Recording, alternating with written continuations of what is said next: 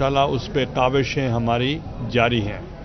میں یہ بھی مشکور ہوں کہ انہوں نے letter of appreciation Peoples Party کے لیے دیا ہے کہ جو انہوں نے عامر نوید جیوا صاحب کو پہلے پروونشل اسمبلی میں ایڈجسٹ کیا، اب انہوں نے یہاں قومی اسمبلی میں ان کو ایڈجسٹ کیا، پارلیمنٹری سیکرٹری بنایا، اور جو کمیشن بنایا گیا تھا امپلائمنٹس کے لیے اس کا بھی رکن ان کو منتخب کیا، اور آج تیسری بار ان پہ اعتماد کرتے ہوئے اور مائنورٹیز کے لیے ہم نے ان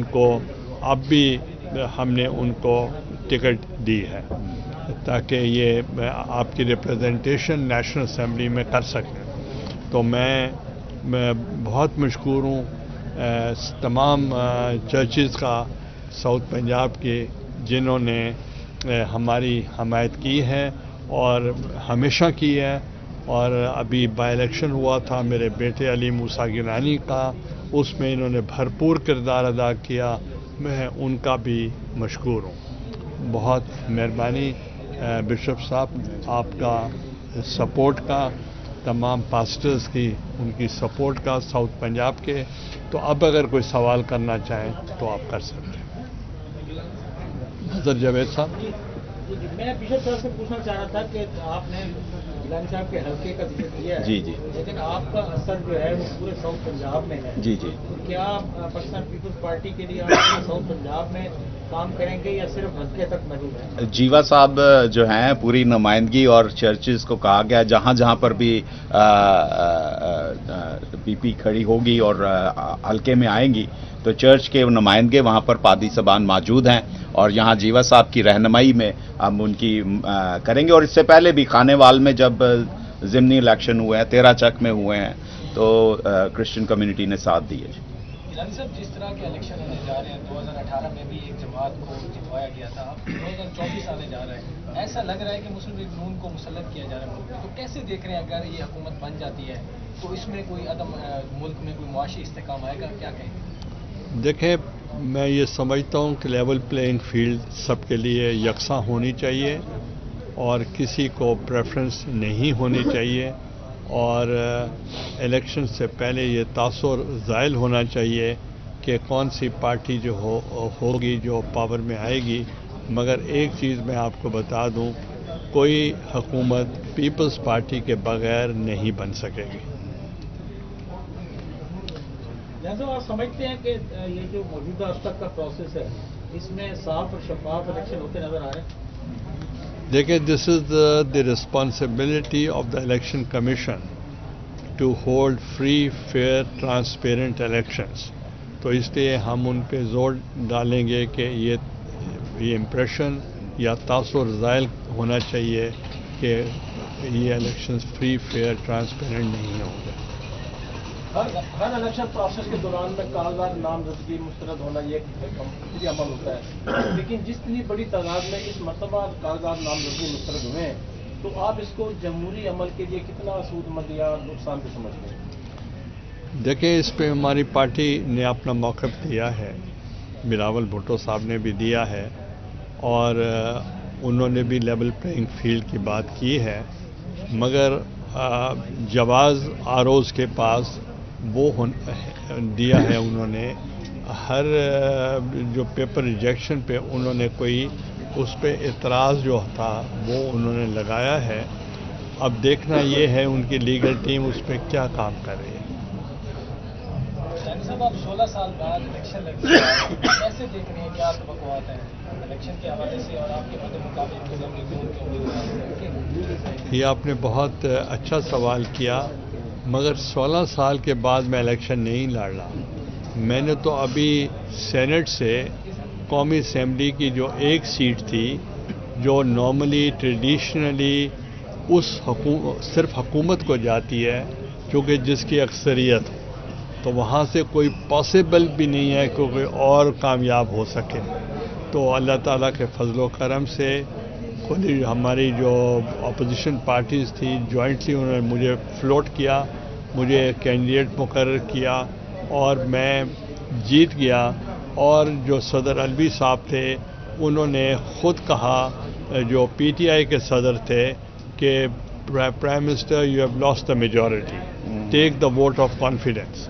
یہ کب کی بات ہے؟ میرا خیال ہے 3 سال بھی نہیں گزرے.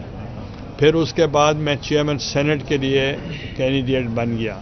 اب 4 صوبوں میں 2 دن کے اندر کمپین کرنی اور پھر بھی میرا ووٹ 1 بڑھ جانا، تو یہ بھی ایک نشانی تھی کہ ہم الیکشن میں حصہ لے رہے ہیں. تو اس کے بعد اب میں اس وقت سینیٹر ہوں اور 2027 تک ہوں. مگر میں سمجھتا تھا کہ جو اس وقت مجھے نہیں بننے دیا گیا چیئرمین، تو اس کا پھر میں نے یہی متبادل سوچا I should go back to the people of Pakistan. میں عوام کے سامنے دوبارہ اپنے آپ کو پیش کروں، اور اس لیے میں نے اپنے آپ کو بطور کینڈیڈیٹ پیش کیا ہے. اور میں سمجھتا ہوں کہ پرفارمنس کی بیس پہ ہم الیکشن لڑ رہے ہیں، اور اگر مجھ سے زیادہ کام کسی نے کیا ہو تو اس کو آپ سے زیادہ کوئی نہیں جانتا. صاحب نے جو منشور دیا ہے آپ سے کس نظر سے دیکھتے ہیں اور کیا سمجھتے ہیں کہ کیونکہ ماضی میں جن جماعتوں نے منشور دیے ہیں اس پہ عمل درآمد نہیں کیا؟ دیکھیں آپ کو زیادہ آپ اس کے اوپر اسٹڈی نہیں کی.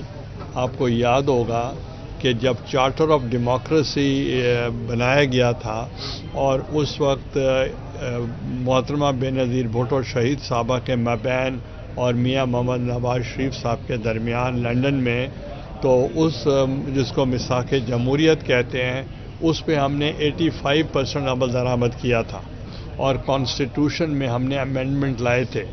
اور جو اوریجنل کانسٹیٹیوشن آف پاکستان تھا تو وہ اس کو ہم نے دوبارہ اس کو اوریجنل فارم میں لے کر آئے. کچھ نکات پہ کام نہیں ہو سکا. اس وقت کچھ کوآپریشن ہمیں نہیں ملی تمام جماعتوں سے، تو انشاءاللہ اگر ملے گی تو ہم اس کو بھی مکمل کر لیں گے، اور جو آج پرابلمز آ رہے ہیں وہ پرابلمز پھر نہیں آئیں گے. یہ فرمایا کہ یہ 16 ماہ چند عرصے پہلے آپ 16 ماہ اکٹھے کام کیا، مسلم نون دونوں شیر و شکل ہے. اس کے بعد اب ایسا محسوس ہو رہا ہے کہ پیپلز پارٹی نون کی قیادت کو اور وہ نون کی قیادت پیپلز پارٹی کو برا بھلا کہہ رہی ہے. تو کیا آگے چل کر آپ پھر دونوں ایک ہونے جا رہے ہیں؟ دیکھیں، پہلی تو بات میں آپ کو یہ کہہ رہا ہوں کہ یہ 2 مختلف جماعتیں ہیں، اور دونوں مختلف جماعتیں ہونے کے ناطے ان کے دونوں کے منشور اپنے اپنے ہیں، پروگرامز اپنے ہیں، تاریخ اپنی ہے. اور Pakistan Peoples Party is the only ideological party in Pakistan, نظریاتی جماعت ہے. اور ان کی جو قربانیاں ہیں for human rights, for constitution, for rule of law, اور for the women empowerment, minorities rights, اور عوام کی لیے جو قربانیاں ہیں وہ سب کے سامنے عیاں ہیں. اور آپ نے دیکھا کہ سب کانٹیننٹ میں اتنی سیکریفائسز نہیں ہوئیں جتنی بھٹو خاندان کی ہیں، خواہ وہ شہید ذوالفقار علی بھٹو ہوں یا محترمہ بے نظیر بھٹو شہید صاحبہ ہوں، ان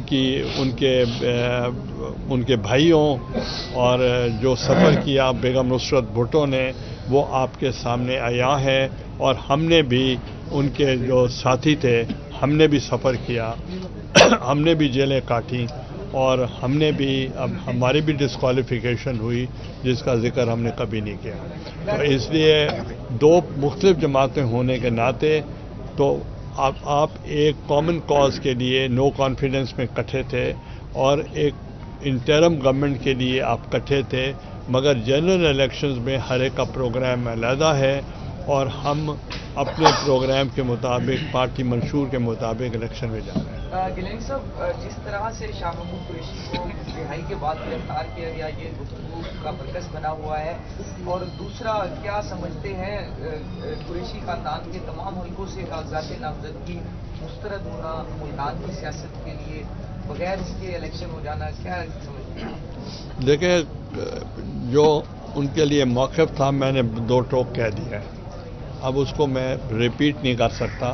میں نے جو اپنا پالیسی دینی تھی یا بلاول بھٹو صاحب نے دینی تھی وہ دے چکے. گیلانی صاحب، نیا سال شروع ہونے جا رہے ہیں، کیا پیغام دینا چاہیں گے سیاستدانوں سے؟ کیا پیغام دینا چاہیں گے کہ ملک کے حالات جو ہیں وہ ہو چکے ہیں، تو کیا اب سب کو اکٹھا ہو جانا چاہیے؟ میں پہلا پیغام یہ دینا چاہتا ہوں کہ فلسطینیوں کے جو مظالم ہوئے ہیں، جو ان پہ ٹارچرز ہوئے ہیں، جو وہاں ایک قتل عام ہوا ہے، اس کے پیش نظر رکھتے ہوئے ہمیں نیا سال نہیں منانا چاہیے. ہم ان کے لیے ہمیں چاہیے کہ ان کی ہمیں یاد رکھنی چاہیے، ان کی شہادتوں کی، بچوں کی، ماؤں کی، بہنوں کی، بھائیوں کی، سب نہتے جو وہاں کے مسلمانوں کے ساتھ ظلم ہوا، اس کے پیش نظر ہمیں یہ بڑی نیو ایئر ہمارے لیے کوئی معنی نہیں رکھتی. تو باقی نیا سال کی روح سے ہمیں چاہیے کہ ہم ملک کے لیے بہترین طریقہ کار استعمال کریں تاکہ ملک سٹیبلائز ہو، یہاں پولیٹیکل سٹیبلٹی آئے. اگر پولیٹیکل سٹیبلٹی آئے گی تو اکانومی سٹیبلٹی آئے گی. یعنی صاحب ماضی کے اندر دیکھا گیا ہے جنرل الیکشن کے اندر کہ پیپلز پارٹی کو سات طرفہ کامیابی نہیں ملی، ساؤتھ میں بھی ہے پنجاب. اس وقت آپ خاص سے متحرک اور سرگرم نظر آ رہے ہیں، کیا لگ رہا ہے آنے والے الیکشن میں پیپلز پارٹی کو جنوبی پنجاب میں کیسے دیکھتے ہیں؟ دیکھیں، پاکستان پیپلز پارٹی جد و جہد کا نام ہے، اور ان کی جو ان کی اسٹرگل ہے وہ ہم پارٹی کے لیے جو کرتے ہیں اس کا یہ مقصد نہیں ہوتا کہ ہم اقتدار کے لیے کرتے ہیں. اقتدار میں رہ کر بھی آپ خدمت کر سکتے ہیں، اقتدار سے باہر بھی آپ خدمت کر سکتے ہیں. تو پیپلز پارٹی اپنے مینیفیسٹو کے مطابق اسٹرگل کرے گی. Let the people of Pakistan decide. Multan کے ترقی کے لیے آپ کا بڑا نام لیا جاتا ہے. آپ جو الیکشن میں ہیں تو آپ کے ذہن میں کوئی ملتان کے لیے کوئی ایسا میگا پروجیکٹ اس وقت ہے جو آپ جیتنے کے بعد یا حکومت آنے کے بعد آپ اسے؟ دیکھیں، ملتان میں ہم نے موٹر وے دیا، ہم نے انٹرنیشنل ایئرپورٹ دیا، ہم نے یہاں فلائی اوورز دیں، اور ہم نے یونیورسٹیز، کالجز وغیرہ ہم نے دیے. چونکہ لوگ کہتے ہیں ہمیں جاب اپرچونٹی ہونی چاہیے، اگر آپ اس کو مواقع فراہم کریں گے تو جابز ملیں گے. تو میں نے ابھی ریسنٹلی میں نے یوسف رضا گیلانی کیڈٹ کالج کی میں نے منظوری دلوائی ہے، اور اس کے لیے بجٹ بھی اپروو ہو گیا ہے، اور بہت جلد وہ مکمل ہوگا. اور اس کے لیے کیڈٹ کالج جو ہے اس کے لیے this will be the first of the type in South Punjab. اور اس میں لوگ فوج میں بھی بھرتی ہوں گے، وہاں سے ٹریننگ لے کر جائیں گے. تو میرا خیال ہے ان کو اپرچونٹی ملے گی جنوبی پنجاب کے لوگوں کو، تاکہ وہ بھی ملک کی ڈیفنس کے لیے کام کر سکیں. دوسرا، میں نے 175 ایکڑ زمین اسٹیٹ لینڈ ٹرانسفر کی ہے to the ministry of industries, تاکہ وہ special economic zone under CPEC China, وہ ساؤتھ پنجاب میں this will be the first of the type and it will be a game changer. وہ میں نے منظور کرا دیا ہے، اس پہ کام ہو رہا ہے. وزیر صنعت سے بھی میں نے بات کی ہے، کاکڑ صاحب وزیر اعظم سے بھی میں نے بات کی ہے تاکہ اس پہ جلدی کام جلد شروع ہو. چونکہ اسپیشل اکنامک زون پورے پاکستان کے لیے بنے، مگر ساؤتھ آف پنجاب کو اگنور کیا ہے. اس کے لیے میں کام کر رہا ہوں. دوسرا، آپ نے دیکھا ہوگا کہ جب آپ شجاع آباد جاتے ہیں تو وہاں بہت تکلیف تھی اور فلائی اوور نہیں تھا. تو اس فلائی اوور کے لیے ہم نے وہ سینکشن بھی کرا لی، چیف منسٹر سے ریکویسٹ کر کے فنڈز بھی اجرا ہو گئے، اور چیف منسٹر خود بھی موقع پہ وہاں گئے، اور کیڈٹ کالج کے لیے بھی موقع پہ گئے. اور وہ ایک بہت بڑا دو سٹیز کو ملانے کے لیے بہت بڑی سہولت ہے، اور وہ جنوری تک مکمل بھی ہو جائے گا. اگر آپ جائیں آپ انڈسٹریل اسٹیٹ کی طرف، اگر لاہور میں کوئی اگر فلائی اوور ہوتا تو 3 مہینے بھی لوگ برداشت نہیں کرتے. اور ہمارے لوگ بیچارے 2 سال سے 1.5 سال سے ان کے کاروبار ٹھپ ہو چکا ہے. مظفر آباد شہر جو ہوا ہے وہ سارے دکانیں بند ہو چکی ہیں، کاروبار ختم ہو چکا ہے، متبادل راستے نہیں ہیں. انڈسٹریل اسٹیٹ کے لوگ جو ہیں وہ بہت تنگ ہیں، کاروباری لوگ تنگ ہیں. تو وہ بھی میں نے ریکویسٹ کی گورنمنٹ کو، تو وہ انہوں نے فنڈز ریلیز کر دیے ہیں تاکہ وہ جلد سے جلد مکمل ہو جائے.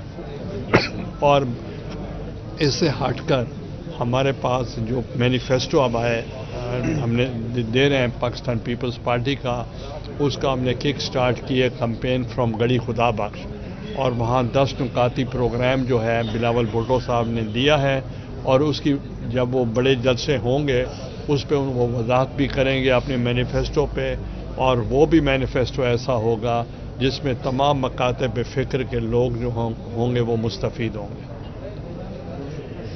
Thank you.